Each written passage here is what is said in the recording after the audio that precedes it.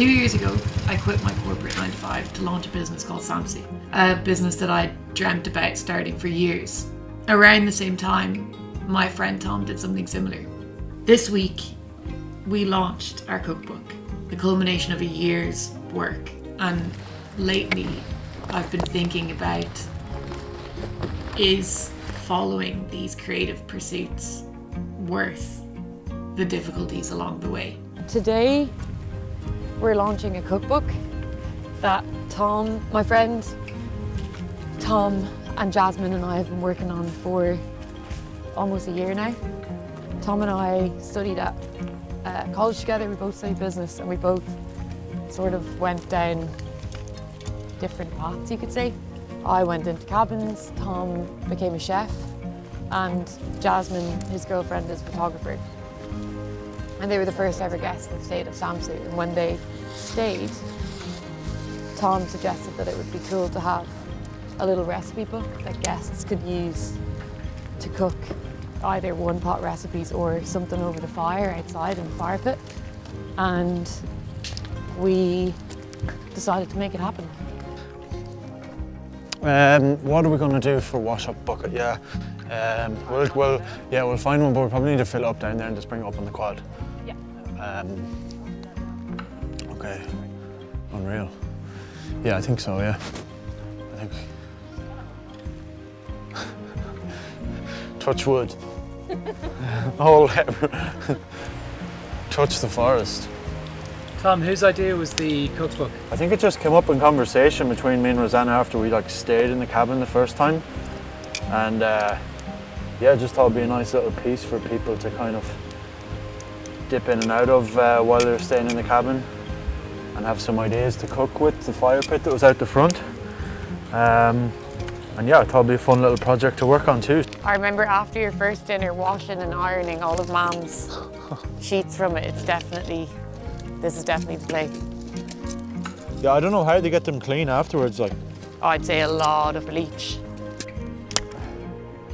What made you get into cooking in the first place? Always growing up, I suppose, in a house very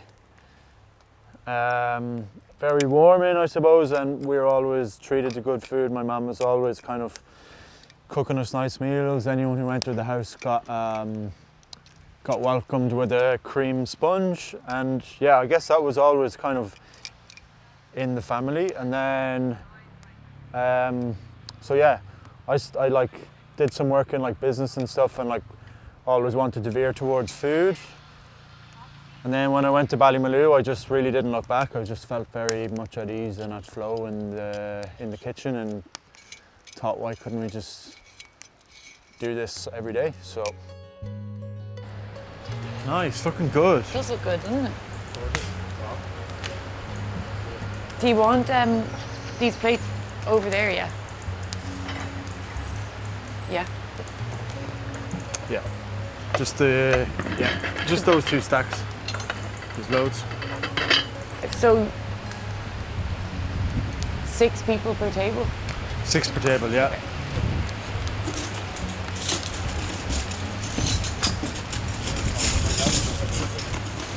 That's perfect. Yep. Yeah, yeah. But even I'd say leave it for another while. It'd be wonderful if it stays dry, yeah. Yeah, I think so. Do you think? A good shelter is not here. Yeah. It's not too bad. Yeah. Great fire going on. Yeah. Plenty of lumber. That's it. Diesel, the other one, was 8 weeks old. And In the run-up to the cookbook launch, I started to get a little bit worried. Are people even going to want to sit in a forest and eat dinner? Is this something that's in my imagination of something that's incredible, or do people actually want to do it? Or do they even care about the cookbook? Do they want to sit and be a part of this? We also checked the weather forecast, and it was looking like it was going to rain, and I was really, I guess I was worried. Would people want to sit in a forest in nature, potentially getting rained on?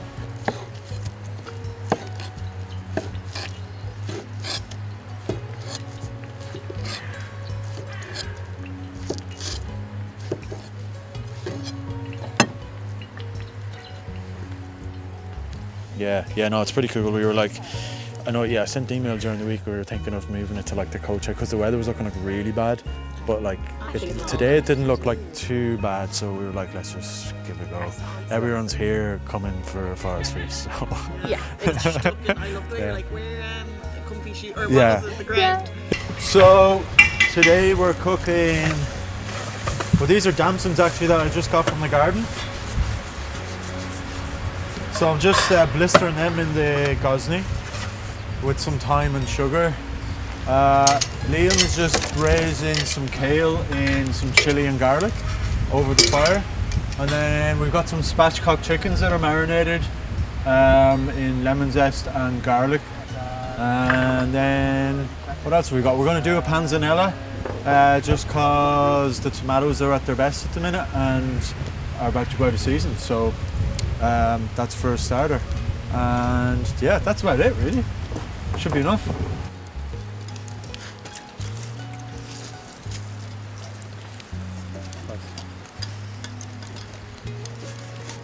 There's been some mileage got out of these 3 pieces as well. How's it going here? Oh, superb. We're close to finishing the chickens. Then we're going to keep grilling the spuds. Get a nice kind of charcoal on the potatoes.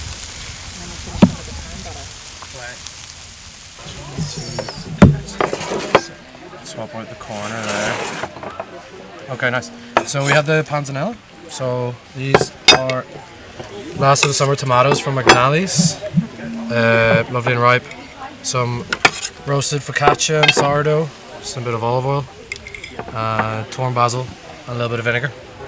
Nice. That's pretty much it. Yeah.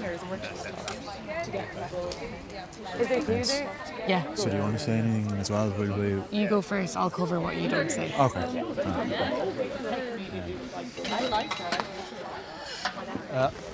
Hello everyone.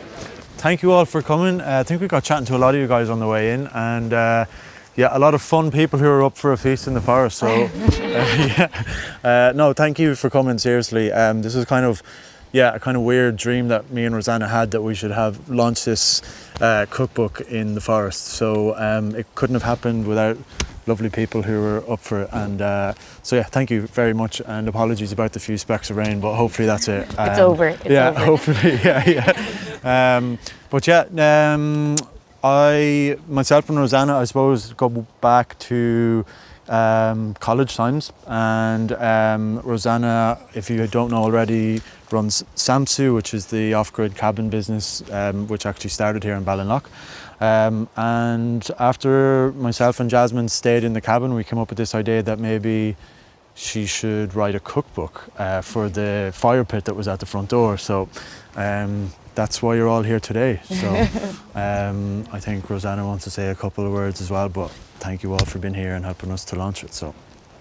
Hey, you actually covered all the. I just said everything. Just to say thanks everyone for coming. It's tough to convince people in autumn to come and sit outside for 2 or 3 hours in the forest. So appreciate you doing it, and enjoy the feast and enjoy the cookbook. It was a lot of work went into it. We started it a year ago, and it's quite small. It's not that much in it, so it was a lot of work. Just so excited to have you all here, and hope everyone enjoys it. Cool. As soon as that first guest arrived, a complete stranger who drove into the middle of nowhere, and I greeted them, and I saw the smile on their face and the excitement that they had to come to this dinner in the forest, all of my worries washed away, and I remembered why we did this in the first place. To bring these people into a dinner in the middle of a forest and to give them an experience that they've never had before is precisely the point of these creative endeavours. We had a bit of rain as people were arriving, and it was sort of risky as to whether we were going to do it outside in the first place, so I was bringing people in, and it was raining, which was not ideal, but the sun is starting to creep through now. I think it's going to be really good. Feel proud of yourself? Yeah, feel proud. Do you feel proud, Tom? Yeah, I do feel proud. Yeah. Sun's just after It's to coming out create again. something unique and memorable and an experience that doesn't happen every day. And for me, that's what it's all about. That's why I do what I do. It's not for the money, it's for these incredible experiences that I'm creating and knowing that they're going to have a lasting impact on someone's memory of that weekend. So we've got some barbecue chickens. Enjoy, guys. They're marinated with a bit of lemon, oregano, thyme, garlic, and just cooked over the fire with some cocoa beans. Wow, So good. so good. It's the same as what's happening here.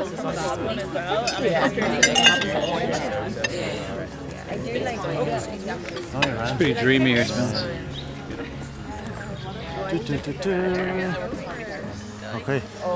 And I should say, guys, that this recipe is also in the cookbook. So, How do you think it went? I think it was a roaring success. No rain, everyone happy with the food, Yeah, lovely vibes. very good lovely vibes, evening. I think. Very autumnal.